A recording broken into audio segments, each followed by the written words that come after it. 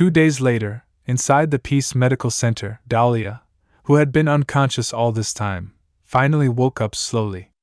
What met her eyes was a simple and plain room, a table, 2 chairs, and a bed.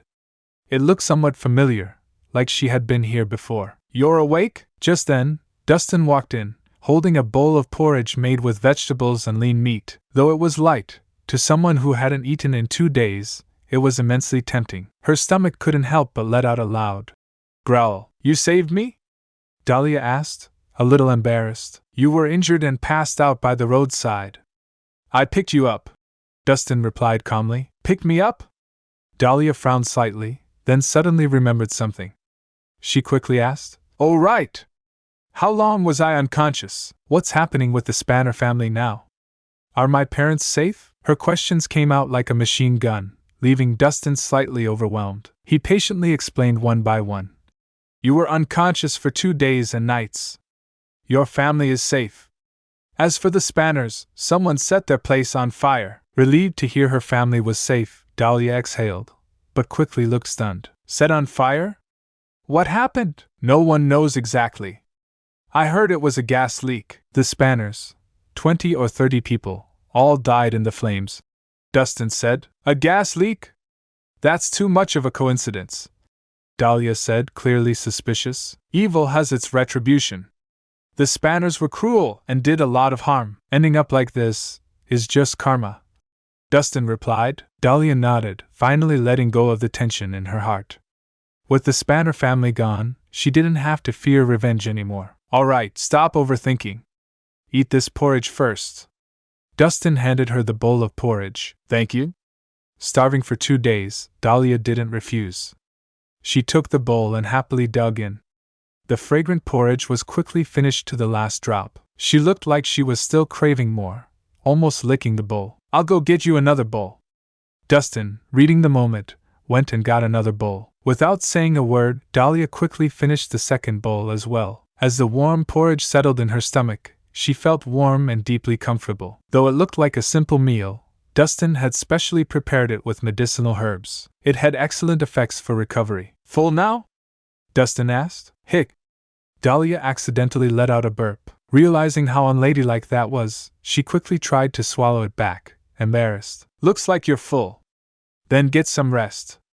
I'll come back later." Dustin was about to leave when Dahlia suddenly called out, "Wait! I need to talk to you." "What is it?" Dustin turned back. "About Chris Nolan. I misunderstood you." After hesitating a while, Dahlia finally forced herself to say it.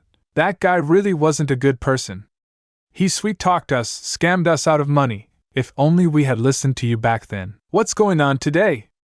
The mighty President Dahlia is actually admitting fault?" Dustin teased. "What do you mean? I'm not some unreasonable person." Dahlia frowned, slightly annoyed. "Just joking. A misunderstanding is no big deal. It's not like it's the first time." Dustin shrugged. "The way you said that really rubs me the wrong way," Dahlia muttered with a slight frown. "Fine. Let's not talk about the past. Now, take off your clothes." "Huh!" Dahlia's expression changed. She instinctively covered her chest. "What are you trying to do? Don't be so tense. You're injured." "I'm just changing your bandages," Dustin said as he lifted a bottle of medicine. "Changing bandages?" Dahlia seemed to realize something and quickly asked, "You've been changing my dressings these past 2 days? What else? Then didn't you see everything?" Dahlia's eyes widened in shock. "So what if I did? It's not like I haven't seen it before. Why so dramatic?" Dustin said with a matter-of-fact look. "You, get out of here right now!" Dahlia's face turned crimson, a mix of shame and anger. This guy had dared to undress and touch her without permission. Outrageous. "I can leave, no problem. But you should think carefully. Your wounds may be healing, but the scars are still there. If you don't treat them now, they'll never fully go away," Dustin reminded. Dahlia bit her lip, visibly conflicted. "All right. If you don't care, then fine.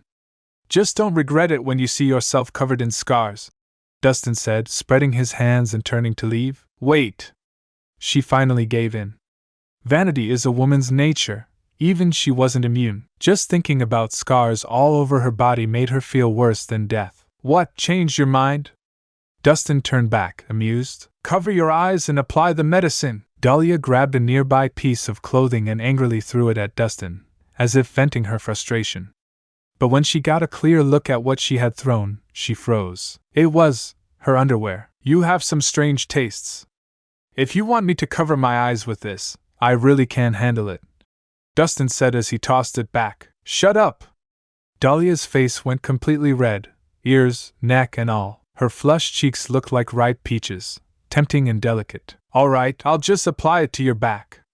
You can take care of the front yourself, Dustin said, no longer joking for fear of pushing her too far. Humph!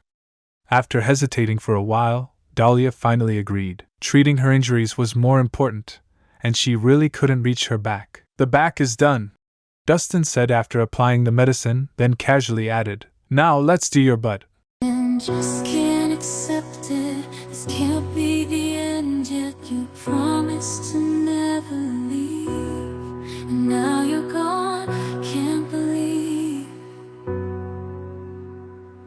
I can feel the world slipping away as you slowly fade from my everyday. You promised forever a love without end, but now